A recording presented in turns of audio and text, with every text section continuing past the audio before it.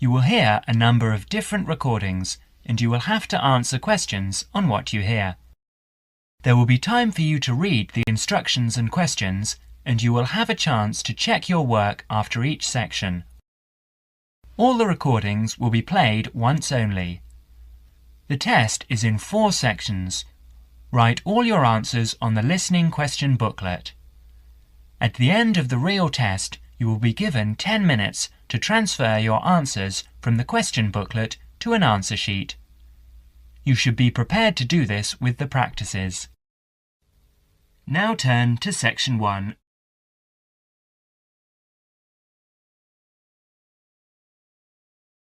Section 1. In this section, you will hear a conversation between Rachel and Caesar. They are discussing a field trip for the following week. First, you will have some time to read questions 1 to 10.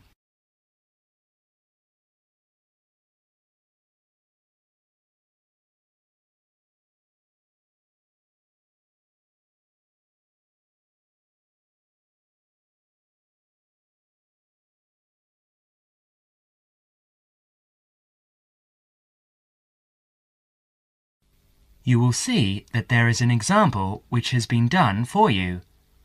On this occasion only, the conversation relating to this will be played first. Hi, Caesar. How are you? Good, thanks, Rachel. I'm fine. I was going to ring you tonight, so it's a good thing I've run into you. I wanted to remind you about the field trip, the 2-day field trip next week. Caesar wanted to remind Rachel about the field trip next week, so next week is provided in the space. Now we shall begin. You should answer questions as you listen because you will not hear the recording a second time. Now listen carefully and answer questions 1 to 7. Hi, Caesar. How are you? Good, thanks, Rachel. I'm fine.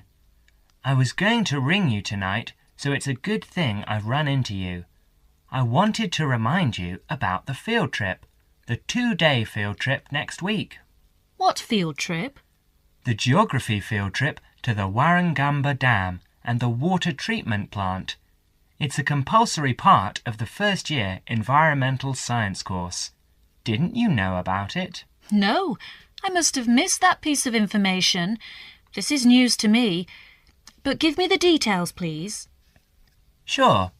Well, we have to meet outside the library next Monday at 7 in the morning, or you can meet us at 7:45 at the bus station in time to catch the coach, which departs at 8 o'clock. Oh, all right. And how long does it take to get to this place? Well, once we're on the coach, it will take about 2 hours. No, actually more like 2.5 hours at that time of day. And it could take as long as 3 hours to come back the next day because of the evening traffic. And what's the purpose of the trip? Didn't you get the course outline? You don't seem to know anything about this course. Well, remember, I only started at the university a month ago, so I joined the course 2 weeks late, and I've been trying to catch up ever since. Oh, of course. Well, we spend the first day visiting the dam. I believe we actually go inside the wall of the dam, which is really quite interesting, to see the dam functioning, you know, how much they regulate the water supply each day, depending on how much water is needed downstream in Sydney. Oh, okay. And, so if this is a 2-day trip, where are we staying? Not camping by the dam, I hope? No, not camping. They do actually have some overnight cabins near the dam for visiting groups, but we're spending the night in a youth hostel in a town nearby. That's all been arranged by the university. And what about meals? Should we take our own food along? No, you won't need to do that. The hostel provides 2 meals, breakfast and an evening meal, and we can find a cheap place to buy lunch. Great. So, is this the only dam that supplies water for Sydney? There are a couple of others too, but this is the main one. Well, with a population of over 4.5 million people, I suppose we do use thousands of litres each day. Absolutely. In fact, according to my notes here, they pump the water through something like 20,000 kilometres of pipes and canals and store the water in 262 service reservoirs. And each day we use enough water to fill 600 Olympic swimming pools.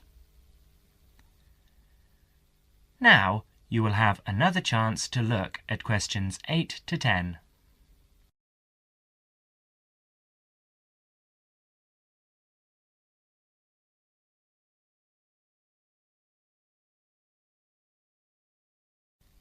As the conversation continues, answer questions 8 to 10. And what's happening on the second day? Well, we're coming back to town and going to the water treatment plant to see how they purify the water for drinking. Oh, that should actually be quite interesting. I'll bring my camera. Yes, that's a good idea, because we're supposed to include original photos for the final piece of work at the end of the course. And make sure you bring a notebook and pen or pencil. OK, I'll do that. You'll probably need some good walking shoes and spare clothes too, and I would recommend that you bring a waterproof coat of some sort, because the chances of it raining are pretty good next week. And a hat, perhaps. Sorry, no. I draw the line at a hat. Fair enough. And by the way, do you have a mobile phone? I do, actually. Well, bring that along, because that way we can keep in touch more easily. Provided that mobiles work up there, of course. That's a point. Do I need a map? No, I wouldn't bother. We won't need to do any map reading. OK then. See you on Monday, and thanks very much for letting me know. That is the end of section 1. You now have half a minute to check your answers.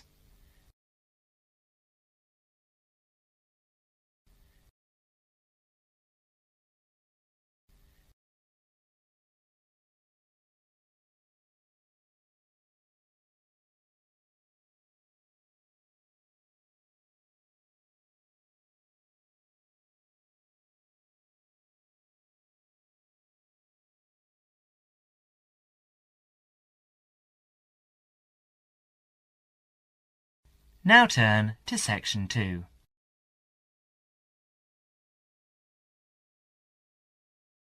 Section 2. You will hear an extract from a radio program called Consumer's Choice, which gives advice to consumers on how to make complaints. First, you will have some time to look at questions 11 to 20.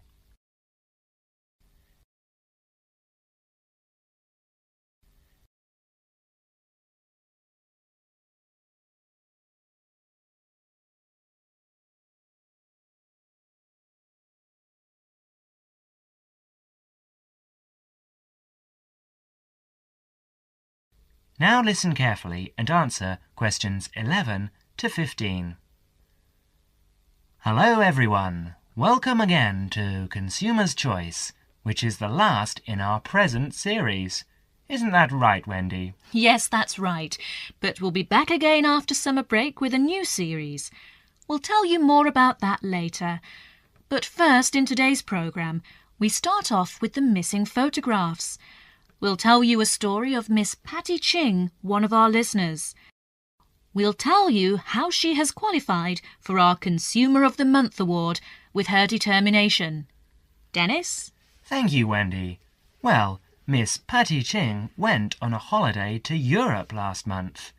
This was her first ever trip abroad, and one for which she'd been saving for 10 years. Her tour took her around 12 countries in 21 days, and being a keen photographer, she took lots of photographs. 10 rolls of film, to be exact. About 360 photographs. When Patty got back home, she gave all her photos to top-class photo services for developing, and they vanished. She never saw them again. Of course, she was furious with the company and complained. They apologised and offered her compensation, 10 free rolls of film. This made her even more angry, and she rejected this completely inadequate offer and asked for $2,000. The company refused her request, so Patty wrote them a letter telling them to pay up in 10 days or she would take them to court. She received no reply, so she did take them to court. But 2 days before the case was due to be heard, she received a check for $2,000. Top Class had obviously made their minds up on how the judge would decide. Patty's case provides a lesson to all of us. If we want our rights as consumers, we've got to fight for them. So for her determination and spirit, we name Patty our Consumer of the Month. Now you will have another chance to look at questions 16 to 20.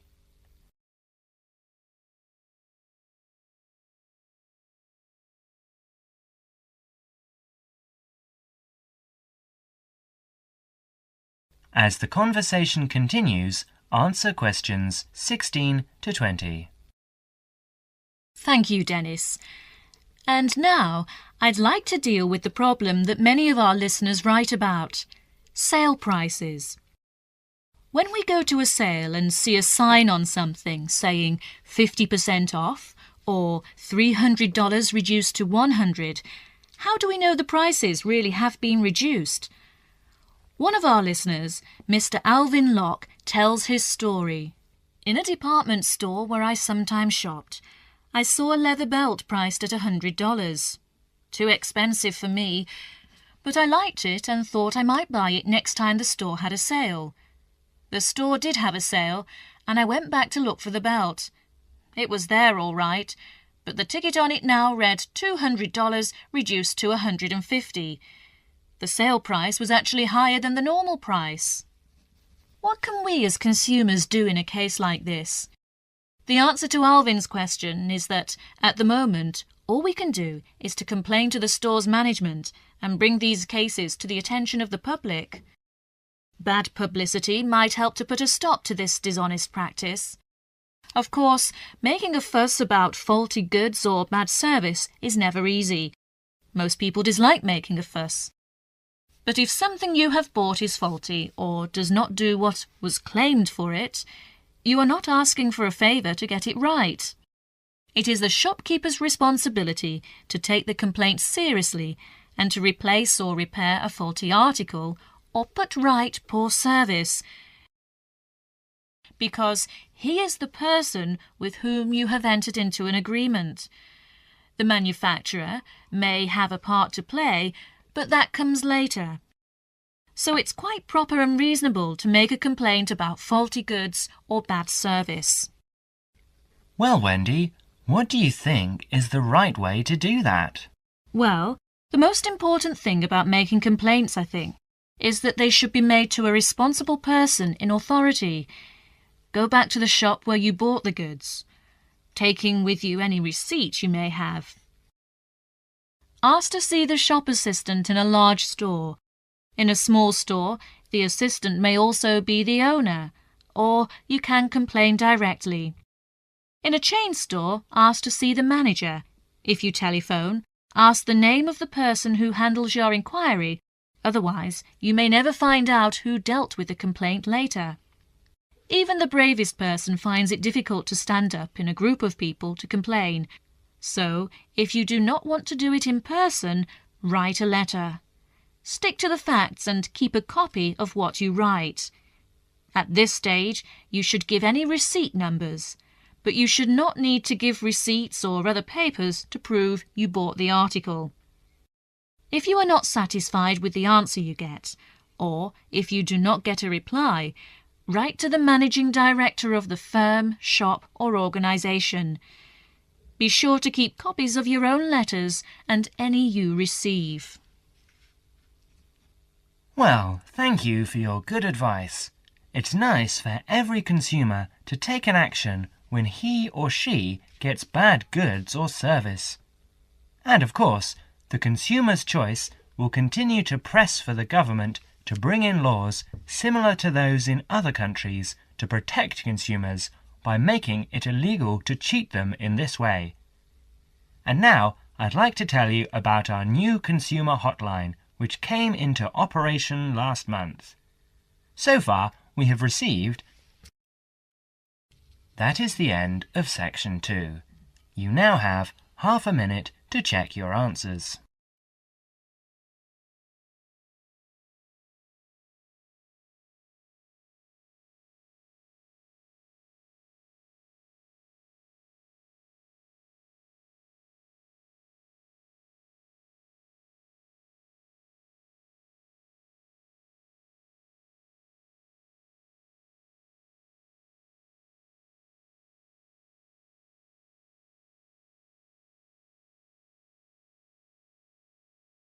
Now turn to section 3.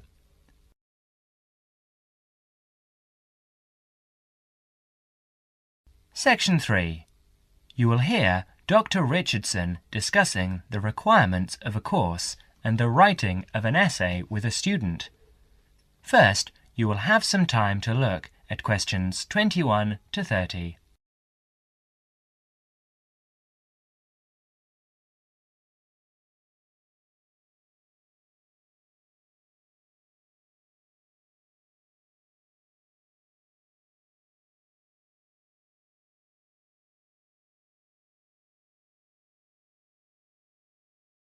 Now listen carefully and answer questions 21 to 28.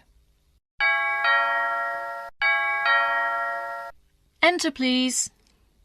Good afternoon, Dr. Richardson. Good afternoon. You're David Simons, is that right? Yes, I've got an appointment to talk about the course requirements with you. Fine. Now, why don't you take a seat over there and I'll just get some details from you. First, can I have your home address and your student number? That's 15 Market Avenue, Hornsby, and my student number is C97H85. OK. Now, I see here that you've already completed 18 credit points, but that you haven't done the Screen Studies course, which is normally a prerequisite for this course. Why is that, David? Oh, the course coordinator gave me an exemption because I've worked for a couple of years in the movie and television business, and they considered my practical experience fulfilled the same requirements. Fine. Shall we go over the course requirements first, and then you can bring up any queries or problems you might have? It might be most useful to start with a few dates. The final examination will be in the last week of June. That's the week of the 23rd. But the final date hasn't been set. It should be the 25th or the 20th, but you don't have to worry about that yet. Before that, as you can see in your study guide, there are 3 essay assignments and some set exercises. I'll deal with these first. These set exercises are concerned with defining concepts and key terms. They do have fixed answers, not in the wording, but in the content. To that extent, they're quite mechanical and provide an opportunity for you to do very well, as long as your answers are very specific and clear. Yes, I see there are about 20 terms here. How long should the answers be? You shouldn't exceed 250 words for each term. Right, that looks easy enough. And the third assignment seems fairly straightforward too. Just a journalistic type review of a recent development in television. It's not so different from what I've done in my work. Yes, it should be fairly easy for you, but don't exceed 1,000 words on that one. Essays 1 and 2 are the long ones. The first essay should be about 2,000 words, and the second 2,500 to 3,000, and the approach for both should be analytical. In the first one, your focus should be on TV and the audience, and you should primarily consider the theoretical issues, particularly in relation to trying to understand audience studies. In the second, I'll want you to focus on analysing television programmes. Should I concentrate on one particular type of programme for that? Not necessarily, but you must be careful not to overextend yourself here. A comparison between two programs, or even between two channels is fine, or a focus on one type of program, such as a particular series, works well here. So if I wanted to look at television news programs, that would be okay? Yes, there would be no problem with that. In fact, it's quite a popular choice, and most students handle it very well. Good. I'll probably do that, because it's the area I want to work in later. Later, during the course, Dr. Richardson gives David some advice and warnings about his essay. You now have another chance to look at questions 29 to 30.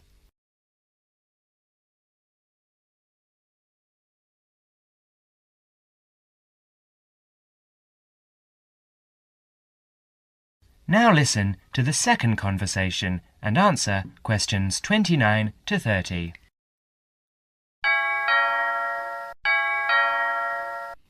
Come in and sit down, David. You wanted to talk to me about your second essay, is that right? Yes, Dr. Richardson. I just want your comments on what I'm planning to do. I'm doing the essay on the differences between TV news programs at different hours of the day. How many time slots are you planning to consider? Well, I think I'd look at all of them. That'd be 5 slots. The breakfast news, the mid-morning news and the midday news. That's 3. Then there's the 6 o'clock news, then the 10 o'clock and midnight programmes. So that's 6, not 5. That's rather a lot. And you'd have a lot of different audiences to consider. Why don't you just do 2, say the mid-morning and then 6 o'clock? That should give you 2 fairly contrasting approaches with 2 main audience compositions. Oh, just 2 then? Yes, I think that'd be much better. Now, how many actual programmes do you plan to work with? I suppose you think analysing a whole week of news programmes would be too many. Well, that depends on how much of each programme. If you concentrate on one particular type of news item, say the sports news or local items, it might be all right. Yes, I can see that would be a good idea. I won't make a decision now before I collect a sample of programmes over a whole week. I'll look at them and see what items appear throughout the week. Yes, that's a sound approach. Now, we're getting close to the deadline. Can you finish it in time? Yes, I think so. I've completed the reading and I know what my basic approach is, so it's really just a matter of pulling it all together now. Fine, David. I'll look forward to reading it. That is the end of section 3. You now have half a minute to check your answers.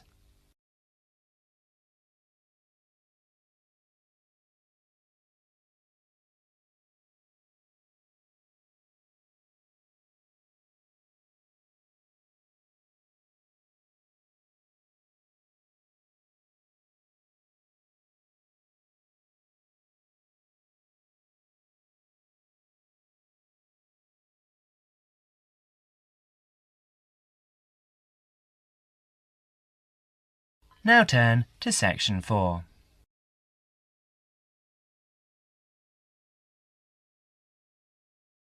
Section 4. You will hear an extract from a student's presentation about computer viruses. First, you will have some time to look at questions 31 to 40.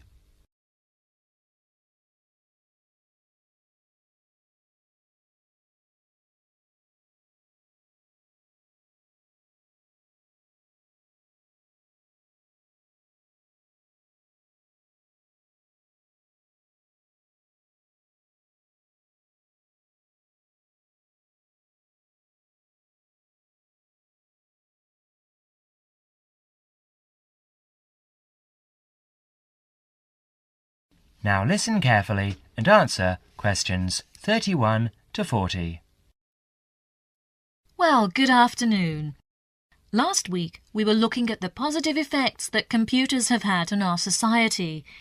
This week, we'll talk about one of the negatives, computer viruses. In today's session, John Upton will be sharing some of the findings of his research project. So, over to you, John. Thanks. Mr. Yardley asked me to talk to you about the project I did from last term. Actually, it's really very rewarding to do this research project about computer viruses. Okay, so what is a computer virus? Well, it is a software program that has been designed, tested and released by a human programmer with the single intention of corrupting and destroying useful programs. Put in simple terms, it's a way of causing lots of trouble for ordinary people just to be a nuisance. It's known as a virus because, although it's not a biological organism, it functions in a similar way, in that it seeks out a host, that is, a body in which to live and multiply, your computer, with the end result of destroying that host. Let's go back 50 years. In 1949, in the early days of computer technology, John van Neumann presented the first model of a computer virus program in his paper Theory and Organization of Complicated Automata. Soon after this paper was published, we find reference to a game known as Core Wars. Core Wars was initially created for intellectual entertainment by 3 Americans working on large mainframe computers. Remember, in those days computers were the size of a couple of rooms. By the 1980s, for the small sum of $2 postage, anyone could get details on how to play Core Wars, and very soon after, we see the emergence of a new pastime, one where people spent time creating programs that could escape the game and destroy other programs. In this way, the first computer viruses were born. Like their biological counterparts, computer viruses are picked up through casual habits. Virus programs are often intentionally placed within useful programs in the public domain, or they're included in software which is not official. That is software you might have acquired on the black market, which, of course, you don't do. It seems quite hard to believe that anyone would go to this level of deceit to intentionally corrupt the data of others, but the rise in the number of computer software infections and the amount of lost data that we are seeing these days is proof that these virus programmers are going to extremes to do just that. They are going out of their way to create programs that hide inside legitimate software applications and cause all sorts of errors that the average end user will then mistake for hardware failure. In other words, they will think that the problem lies with their own computer. So, what can we do to combat these people? Well, the first thing is to realize that virus programmers succeed because people are not always careful about where they get their programs from. So, number 1, be very careful. And I don't just mean that you should be careful about the source of your software. You also need to take care with emails and avoid any messages which are suspicious looking. For instance, a message that says, "I love you," or "Win $50. So, the second golden rule is avoid trouble. Now, there are other things we can do to protect ourselves. We can try to find out exactly how the viruses work, how they accomplish their aims. In other words, we need to understand them. And, of course, there is a good selection of antivirus software available on the market now, as well as on the internet, to combat the virus plague. So another way of protecting ourselves and our computers is to be well prepared. And, before I leave you, let me just say that if you ever run into one of those virus guys, tell them what you think of them. That is the end of section 4. You now have half a minute to check your answers.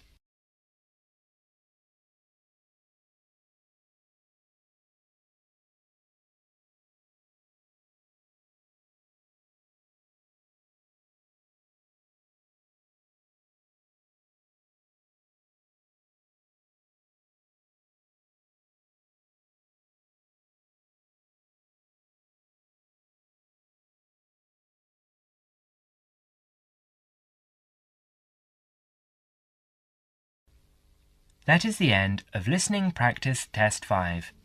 At the end of the real test, you will have 10 minutes to transfer your answers to the listening answer sheet.